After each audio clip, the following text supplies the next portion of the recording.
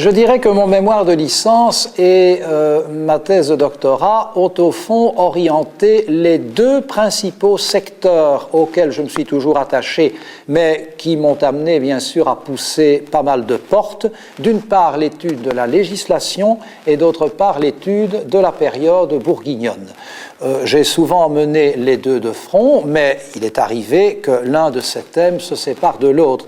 En ce qui concerne l'étude de la législation, j'ai remonté le cours du temps en publiant des contributions relatives même au XIIIe, XIVe siècle, et j'ai descendu le cours du temps en publiant sur le XVIe siècle, mais également l'une ou l'autre contribution sur le XVIIIe siècle, l'époque de Joseph II et même de la Révolution dite brabançonne.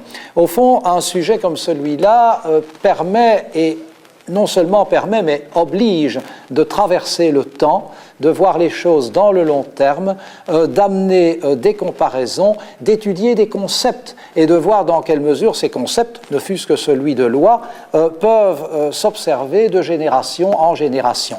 Là, c'est véritablement un pan de mes recherches. L'autre pan, c'est donc la période bourguignonne.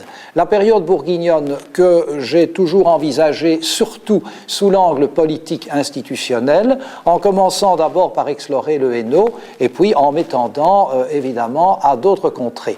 Et dans le cadre de cela, j'ai publié deux de mes livres.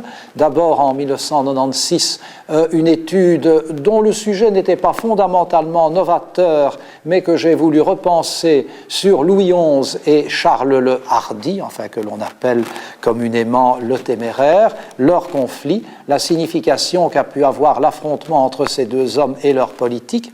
Et puis alors, en 2003, une biographie que j'avais en chantier depuis fort longtemps de Philippe le Beau, c'est-à-dire le père de Charles Quint, l'héritier direct des ducs de Bourgogne. C'est encore pour moi la période bourguignonne jusqu'à sa mort en 1506, et cet ouvrage, alors fondé sur des sources comme sur des travaux existants, m'a aussi donné l'occasion de faire des séjours de recherche en archives à l'étranger, particulièrement en Espagne et en Autriche. Ce fut très stimulant.